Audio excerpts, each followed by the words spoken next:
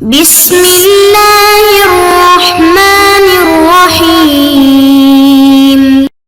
بسم الله الرحمن الرحيم وبه نستعين وهو خير معين وصلى الله على نبينا محمد وآله الطاهرين وصحبه المنتجبين اللهم صل على محمد وآل محمد.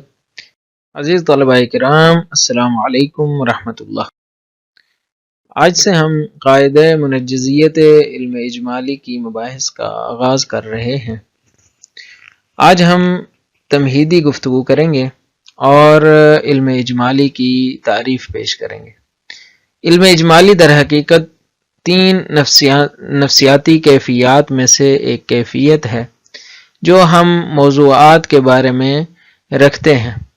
موضوعات کے بارے میں یا تو ہمیں تفصیلاً علم ہوتا ہے یا اجمالاً علم ہوتا ہے یا پھر مجموعی طور پر کچھ معلوم نہیں ہوتا، سب کچھ مشکوک ہوتا ہے۔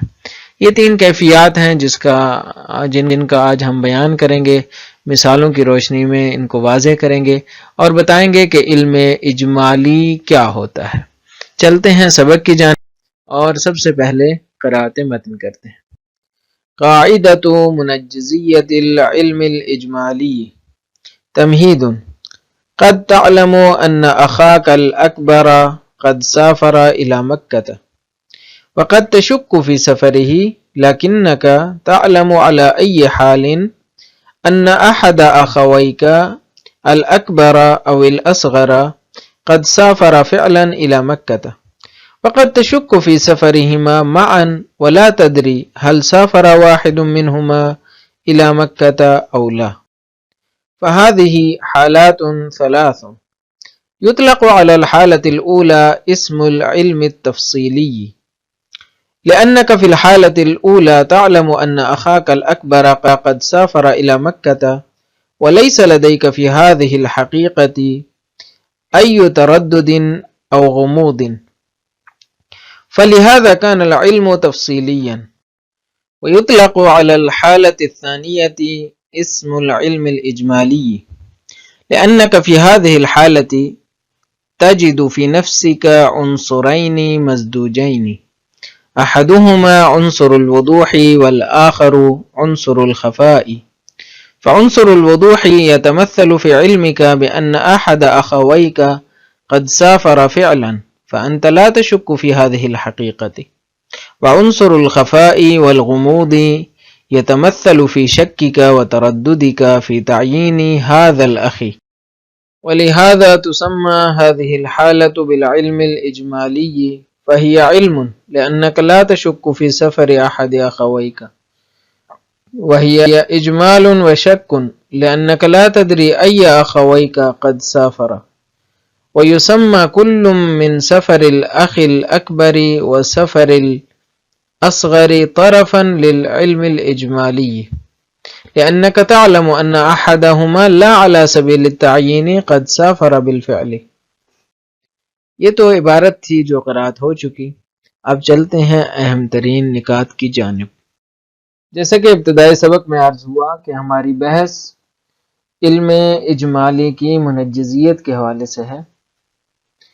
آج تمہیدی بحث میں 3 مختلف کیفیات کا تذکرہ کر رہے ہیں۔ 3 مختلف کیفیات ہیں جو انسان پر کسی بھی موضوع کے حوالے سے طاری ہوتی ہیں۔ مثلا آپ آج کے جو گرما گرم بحث ہے ملک میں، وہ ملکی معیشت ہے۔ ملکی معیشت مثلا ایک موضوع ہے جس کے حوالے سے آپ کے ذہن میں 3 مختلف کیفیات آ سکتی ہیں۔ مثلا ایک بار یہ ہے کہ آپ ایک معیشت دان ہیں، آپ ایک اقتصاد دان ہیں، آپ جانتے ہیں، اکانومسٹ ہیں، آپ اکانومی کو سمجھتے ہیں، تو آپ کو علم ہے کہ ملکی معیشت کمزور ہے اور یہ بھی جانتے ہیں کہ اس کی وجہ کیا ہے۔ تو بس دونوں چیزوں سے آپ کو آشنائی ہے۔ آپ جانتے ہیں کہ ملکی معیشت کمزور ہے اور یہ بھی جانتے ہیں کہ کیوں کمزور ہے۔ یہ ایک کیفیت ہے۔ دوسرا یہ ہے کہ نہیں، آپ میرے جیسے مثلا ایک عام آدمی ہیں، آپ کو زیادہ علم معیشت سے، علم اقتصاد سے لینا دینا نہیں ہے، تو آپ کو لیکن آثار کی وجہ سے معلوم ہے کہ معیشت تو کمزور ہے، معیشت کی کمزوری کا علم ہے، لیکن وجہ کے بارے میں آپ زیادہ نہیں جانتے. کیا وجہ ہے کمزور ہونے کی؟ مثلا وسائل تولید کی کمی ہے، ملک کی وسائل کم ہیں، یا نہیں ان کی مینجمنٹ کا مسئلہ ہے، کیا مسائل ہیں؟ تو وجہ کے بارے میں ہم نہیں جانتے، لیکن ایک چیز کے بارے میں ہمیں علم ہے کہ ملک کی معیشت کیا ہے، کمزور ہے، کیونکہ ہمارے سامنے ہے کہ ہر شخص کا جو آمدنی کا جو کیا سرانہ کہتے ہیں اس کو، کہ پر ہیڈ جو آمدنی ہے اس کی شرح بہت نیچے ہے باقی ممالک سے، اور وغیرہ وغیرہ جتنے بھی آثار ہیں وہ نظر آتے ہیں کہ ملک کی معیشت کمزور ہے، لیکن وجہ معلوم نہیں ہے. وجہ کے بارے میں شک ہے کہ کون سی وجوہات اس کے بارے میں دخیل ہے. تیسری صورتحال یہ ہے کہ نہیں، آپ کو معیشت کی کمزوری کے بارے میں بھی شک ہے، آپ کو نہیں معلوم ہے کمزور بھی ہے یا نہیں ہے. مثلا ایک کیا کہتے ہیں بے پرواہ آدمی ہے، اس کے پاس خود بہت سارا مال ہے، وہ کہتا ہے نہیں جی نہیں، یہ تو ملک سارا بہترین چل رہا ہے، کوئی مسئلہ نہیں، کوئی ایشو نہیں. بہرحال آج کے دور میں ایسا شاید کوئی نہ ہو، لیکن تیسری صورتحال یہی ہے کہ آپ کو معیشت کی کمزوری کے بارے میں ہی شک ہے. یہ تین مثالیں میں نے عرفی ایک عام سے جو ہماری زندگی ہے اس سے دی ہیں. اب چلتے ہیں کتاب کی مثال کی طرف. مثال نمبر 2 ہے کتاب کی. اسی تین کیفیات کے حوالے سے کتاب نے جو مثال دی ہے وہ یہ ہے کہ آپ کو علم ہے کہ آپ کا بڑا بھائی سفر پہ ہے، مثلا مکہ گیا ہوا ہے، حج پہ گیا ہے، عمرے پہ گیا ہے، تو آپ کو علم ہے کہ آپ کا بڑا بھائی مکہ گیا ہے، سفر پہ گیا ہے. یہ ایک کیفیت ہے. دوسرا یہ ہے کہ آپ کو علم ہے کہ آپ کے بھائیوں میں سے کوئی نہ کوئی سفر پر ہے، اس کا علم ہے، لیکن یہ نہیں جانتے کہ بڑا بھائی سفر پہ ہے یا چھوٹا بھائی سفر پہ. بس سفر کے بارے میں علم ہے، لیکن یہ نہیں معلوم کہ بڑا بھائی سفر پہ ہے یا چھوٹا بھائی سفر پہ. جس طرح کے معیشت کی مثال میں ہم نے کہا تھا کہ ہمیں علم تو ہے کہ معیشت کمزور ہے، لیکن وجہ نہیں معلوم کہ مثلا وسائل کی کمی ہے یا مینجمنٹ کا مسئلہ ہے، یا مثلا کوئی باہر سے کوئی فیکٹر ہے جیسے IMF وغیرہ ہے. تو بہرحال یہاں پہ بھی یہی ہے کہ ہمیں سفر کا تو علم ہے کہ کوئی نہ کوئی سفر پہ ہے، لیکن یہ نہیں معلوم کہ بڑا بھائی سفر پہ ہے یا چھوٹا. تیسرا یہ کہ آپ کو سرے سے معلوم ہی نہیں ہے کہ کوئی سفر پر گیا بھی ہے یا سارے گھر پر ہیں، یہ معلوم نہیں ہے. بس تین مختلف کیفیات ہیں. اب ہر ایک کیفیت کا نام بتائیں گے کہ اس کیفیت کا کیا نام. کہتے ہیں جہاں تفصیلی علم ہو اور کہیں شبہ نہ ہو، شک و شبہ کہیں نہ ہو، جیسے آپ کو علم ہے کہ سفر پہ موجود ہے ہمارا بھائی ہے، اور کون سا بھائی ہے یہ بھی معلوم ہے کہ بڑا بھائی، تو اس کو کہتے ہیں علم تفصیلی. جہاں پہ معلوم ہے کہ ملک کی معیشت کمزور ہے اور اس کمزوری کی یہ وجوہات ہیں، تو یہ ہے علم تفصیلی. دوسرا کیا ہے کہ ایک چیز معلوم ہے، جیسے کہ دوسری مثال میں سفر معلوم ہے، اور یہ بھی معلوم ہے کہ یہ سفر بھائی کا ہے، بھائی کی طرف سے سفر پہ جانا معلوم ہے، لیکن اس کا ایک پہلو مشکوک ہے کہ وہ کون سا بھائی ہے، چھوٹا بھائی ہے یا بڑا بھائی ہے. لہٰذا ایک چیز معلوم، دوسری چیز مبہم، مشکوک، تو اس کو کہتے ہیں علم اجمالی. یعنی ایک طرف سے علم ہے، دوسری طرف سے اجمال ہے. تیسری کیفیت یہ ہے کہ جہاں سب کچھ مشکوک ہے، جہاں کچھ بھی معلوم نہیں ہے، اس کو کہتے ہیں شک بدوی، شک سادہ، ساذج، شک سادہ شک ہے، کچھ نہیں معلوم کہ مثلا کوئی سفر پہ بھی گیا ہے یا نہیں گیا. یا مثلا ہماری جو گزشتہ مثالیں تھیں ان میں مثلا تدخین اور تمباکو نوشی کی جو بات ہم نے کی تھی، تمباکو نوشی کے بارے میں ہمیں کچھ بھی نہیں معلوم کہ یہ مثلا حرام تھی، پہلے حرام نہیں تھی، اب حرام ہے یا نہیں ہے. تو اس کے بارے میں نہ کوئی حالت سابق موجود ہے، نہ کوئی علم اجمالی موجود ہے، صرف اور صرف کیا ہے، شک بدوی ہے. یہ تین نفسیاتی کیفیات کہہ لیں یا تین انسان کے اندر پیدا ہونے والے حالات ہیں جو کسی بھی موضوع کے حوالے سے ہو سکتے ہیں. اب آگے چل کر اس کی وضاحت کریں گے، یہ تمہیدی گفتگو ہے، اور پھر اس کے بعد نتائج لیں گے۔ اب چلتے ہیں وضاحت متن کی جانب۔ فرماتے ہیں قاعدۃ منجزیۃ العلم الاجمالی، تیسری بحث۔ پہلی بحث کون سی تھی؟ قاعدہ عملیہ اولیہ۔ دوسری بحث کون سی تھی؟ قاعدہ عملیہ ثانویہ۔ اب تیسری بحث ہے قاعدہ منجزیت العلم الاجمالی، یعنی علم اجمالی کی منجزیت کا قاعدہ۔ علم اجمالی منجز تکلیف ہے، منجزیت سے یہ مراد ہے۔ کیسے ہے انشاءاللہ آگے چل کر معلوم ہو جائے گا۔ فی الحال تمہیدی گفتگو کہ علم اجمالی ہوتا کیا ہے، پہلے اس کو واضح کریں۔ تمہید: قد تعلم ان اخاک الاکبر قد سافر الى مکہ۔ پہلی حالت یہ ہے قد تعلم، کبھی کبھار آپ جانتے ہیں۔ قد جب فعل مضارع پہ آتی ہے تو عام طور پہ تقلیل کا فائدہ دیتی ہے۔ قد تعلم، کبھی کبھار آپ جانتے ہیں کہ آپ کا جو بڑا بھائی ہے قد سافر الی مکہ، وہ سفر کر چکا ہے مکہ کی طرف، فلائی کر چکا ہے مکہ کی طرف، جا چکا ہے۔ یہ ایک حالت ہے۔ وقد تشک فی سفرہ، کبھی کبھار آپ کو شک ہے فی سفرہ کہ آپ کا بڑا بھائی سفر پہ ہے۔ ہی کا مرجع اخاک الاکبر ہے، یعنی فی سفر اخیک الاکبر، یہاں پہ بڑے بھائی کے سفر میں آپ کو شک ہے۔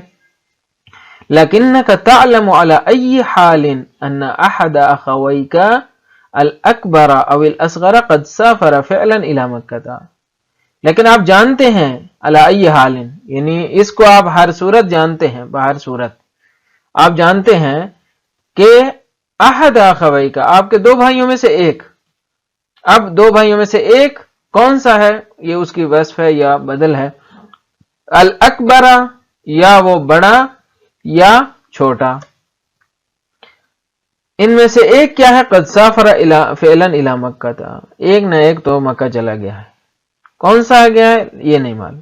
وقد تشک، لیکن تیسری حالت کیا ہے؟ تشک فی سفرہما معا، آپ ان دونوں کے بارے میں مشکوک ہیں۔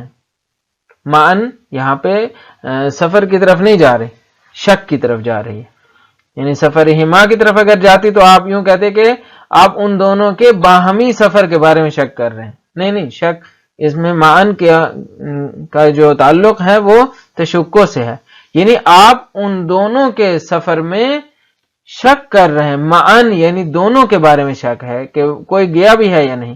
ولا تدری، یہ اسی کی وضاحت ہے۔ شک کرتے ہیں یعنی کیا مطلب؟ یعنی آپ نہیں جانتے کہ حل سافر واحد منہما الی مکہ او لا، کیا ان دونوں میں سے کسی ایک نے مکہ کی طرف سفر کیا بھی ہے یا نہیں کیا۔ یہ تیسری حالت ہے۔ فهذه حالات ثلاث، یہ تین حالات ہیں۔ یطلق علی الحالۃ الاولى اسم العلم التفصیلی، جو پہلی حالت ہے اس پر علم تفصیلی کا اطلاق ہوتا ہے، جہاں پہ آپ جانتے ہیں کہ سفر پہ گیا ہے اور کون گیا ہے، یعنی آپ کا بڑا بھائی گیا ہے۔ لأنک فی الحالۃ الاولى تعلم ان اخاک الاکبر قد سافر الی مکہ، اس لیے کہ پہلی حالت میں آپ جانتے ہیں کہ آپ کا بڑا بھائی مکہ کی طرف سفر کر چکا ہے۔ ولیس لدیک فی هذه الحقیقۃ ای تردد او غموض، کہتے ہیں آپ کے ہاں اس حقیقت میں کوئی کسی بھی قسم کا کوئی تردد یا ابہام نہیں ہے۔ غموض ابہام کو کہتے ہیں۔ فلہذا کان العلم تفصیلیا، پس اس لحاظ سے آپ کا علم کیا ہو جائے گا؟ تفصیلی ہو جائے گا۔ ویطلق علی الحالۃ الثانیۃ اسم العلم الاجمالی، جو دوسری حالت ہے نا اس کے اوپر اس میں علم اجمالی کا نام صدق کرتا ہے، علم اجمالی اس کو کہا جاتا ہے۔ کیوں؟ لأنک فی هذه الحالۃ تجد فی نفسک عنصرین مزدوجین، کیونکہ اس حالت میں آپ کے نفس کے اندر، وہ جو میں نے نفسانی کیفیات لکھی تھی وہ اس وجہ سے لکھی تھی، تجد فی نفسک عنصرین مزدوجین، یہاں پہ آپ کے نفس کے اندر دو عنصر ہیں جو آپس میں مکس ہیں، دونوں عنصر ہیں جو موجود ہیں۔ احدہما عنصر الوضوح، ایک ہے وضوح کا عنصر، یعنی واضح ہے، ایک چیز آپ کے لیے واضح و روشن ہے۔ والآخر عنصر خفائی دوسرا عنصر خفا ہے، مخفی ہے، خفا کا عنصر ہے، یعنی ایک چیز آپ پر مخفی ہے. فعنصر الوضوح يتمثل في علمك بأن أحد أخويك قد سافر فعلا. وضوح کا عنصر آپ کے اس علم میں متمثل ہوا ہے اور متجسم ہوا ہے کہ احد اخویک قد سافر فعلا، کہ ایک نہ ایک بھائی تو سفر پہ ہے، یہ علم ہے آپ کو. فانت لا تشک فی هذه الحقیقہ، اس حقیقت میں آپ کو کوئی شک نہیں ہے کہ آپ کا ایک نہ ایک بھائی سفر پہ ہے. پس سفر کے حوالے سے، اور وہ بھی آپ کے اپنے بھائیوں میں سے کسی ایک کے حوالے سے، آپ مطمئن ہیں اور آپ کو یقین ہے. وعنصر الخفاء والغموض يتمثل في شكك وترددك في تعيين هذا الاخي. کہتے ہیں خفا اور غموض کا جو عنصر ہے، مخفی ہونے کا جو عنصر ہے، وہ متمثل ہوا ہے، متجسم ہوا ہے اس بات میں کہ آپ کو شک اور تردید ہے کہ ان میں سے کون سا بھائی ہے. فی تعین هذا الاخ، تردد آپ کا کہاں ہے کہ اس بھائی کے تعین میں ہے، تعین میں ہے. آپ نے معین نہیں کر سکے کہ آپ معین نہیں کر سکے کہ کون سا بھائی سفر پہ ہے. ولہذا یہی وجہ ہے کہ تسمى هذه الحالة بالعلم الاجمالی، اس حالت کو علم اجمالی کا نام دیا جاتا ہے. فهي علم ہے. کیوں؟ لأنك لا تشك في سفر احد اخويك، اس لیے کہ آپ کو شک تو نہیں ہے نا کہ کوئی نہ کوئی سفر پہ ہے، لہذا دو بھائیوں میں سے کسی ایک کے سفر میں آپ کو کوئی شک نہیں ہے، لہذا علم ہے. فهي علم، اس وجہ سے یہ علم ہے. وهي اجمال وشك لأنك لا تدري اي اخويك قد سافر، دوسری طرف سے یہاں پہ اجمال اور شک بھی ہے کیونکہ آپ نہیں جانتے کہ آپ کے بھائیوں میں سے کس بھائی نے سفر کیا ہے. وَيُسَمَّى كُلٌّ مِّن سَفَرِ الْأَخِ الْأَكْبَرِ وَسَفَرِ الْأَصْغَرِ طَرَفًا لِلْعِلْمِ الْإِجْمَالِ. یہ وہ نقطہ تھا جو میں توضیحات میں عرض نہیں کر سکا، یہاں پہ اب عرض کر دیتا ہوں کہ ایک نیا نام ہے، اس کو کہا جاتا ہے طرف علم اجمالی. کہ علم اجمالی کے یہاں پہ دو طرف ہیں، ان کو کہا جاتا ہے طرف علم اجمالی. کہ آپ کا ایک طرف علم اجمالی کیا ہے؟ اخ الاکبر کا سفر ہے، دوسرے طرف کا علم اجمالی ہے سفر اصغر یعنی اخ اصغر. آپ کے ایک طرف علم اجمالی کیا ہے؟ اخ اکبر کا سفر یعنی بڑا بھائی آپ کا سفر پہ ہے، دوسرا جو طرف علم اجمالی ہے وہ ہے چھوٹا بھائی آپ کے سفر پہ ہے. بس ان دو کو کیا کہا جاتا ہے؟ طرف علم کہا جاتا ہے. تسنیہ بنائیں گے تو طرفی علم الاجمالی کہا جائے گا. لأنك تعلم ان احدهما لا على سبيل التعيين قد سافر بالفعل، اس لیے کہ آپ جانتے ہیں کہ ان دو میں سے ایک بغیر کسی تعین کے، یعنی کسی ایک کو آپ معین تو نہیں کر سکے، لیکن آپ جانتے ہیں کہ ان میں سے کوئی نہ کوئی ایک قد سافر بالفعل، وہ بالفعل سفر پر ہے. لہذا یہی طرف علم اجمالی ہے، یعنی ان سے باہر نہیں ہے، یہی علم اجمالی ہے، اس سے آگے نہیں ہے. خلاصہ کلام یہ ہے کہ آج ہم نے قاعدہ منجزیت علم اجمالی کی تمہیدی گفتگو کو آغاز کیا، اور تمہیداً ہم نے 3 نفسیاتی کیفیات کا تذکرہ کیا. بتایا کہ سب سے پہلی کیفیت یہ ہے کہ آپ کو کسی بھی مطلب یا موضوع کے بارے میں تفصیلی علم ہوتا ہے اور کہیں بھی شبہ نہیں ہوتا، تو اس حالت کو علم تفصیلی کی حالت کہا جاتا ہے کہ آپ کو تفصیلاً معلوم ہے کہ موضوع کیا ہے اور اس کے کیا پہلو ہیں، ان تمام پہلوؤں کے اوپر آپ واقف ہیں. حد اقل آپ یہ دعویٰ رکھتے ہیں کہ مجھے علم ہے. جیسے مثال دی کہ جیسے کہ آپ کا بڑا بھائی سفر پہ ہے، آپ کو معلوم ہے کہ سفر پہ کون ہے اور کہاں گیا ہوا ہے. دوسری کیفیت یہ ہے کہ جہاں پہ ایک چیز تو معلوم ہے لیکن اس چیز کے اندر کچھ پہلو ہیں جو مشکوک ہیں، اس کا ایک پہلو مشکوک ہے، اس کو ہم کہتے ہیں علم اجمالی. اس کی مثال یہ تھی کہ آپ کو معلوم ہے کہ آپ کے بھائیوں میں سے کوئی نہ کوئی ایک سفر پہ ہے، حج پہ گیا ہے یا عمرے پہ گیا ہے، لیکن نہیں معلوم کہ چھوٹا بھائی گیا ہے یا بڑا بھائی. تو یہاں پہ حج پہ جانا معلوم ہے، ایک چیز معلوم ہے، لیکن کون گیا ہے اس حوالے سے آپ مشکوک ہیں. تیسرا کیا ہے؟ جہاں سب کچھ ہی مشکوک ہے، آپ کو معلوم ہی نہیں ہے کوئی سفر پہ گیا بھی ہے یا نہیں گیا، اور اگر گیا ہے تو وہ کون گیا ہے. جہاں پہ سب کچھ مشکوک ہو تو اس حالت کو شک کے بدوی یا شک کے سادہ یا سادہ شک کہا جاتا ہے. یہ 3 کیفیات ہیں. انشاءاللہ یہ تمہیدی گفتگو تھی، اور انشاءاللہ اگلے اسباق میں اس حوالے سے قاعدہ منجزیت پر گفتگو کو آگے بڑھائیں گے. مجھے امید ہے یہ سبق بھی آپ کے لیے مفید واقع ہوا ہوگا. اجازت دیجیے، اللہ تعالیٰ آپ کا حامی و ناصر ہو. السلام علیکم ورحمۃ اللہ وبرکاتہ.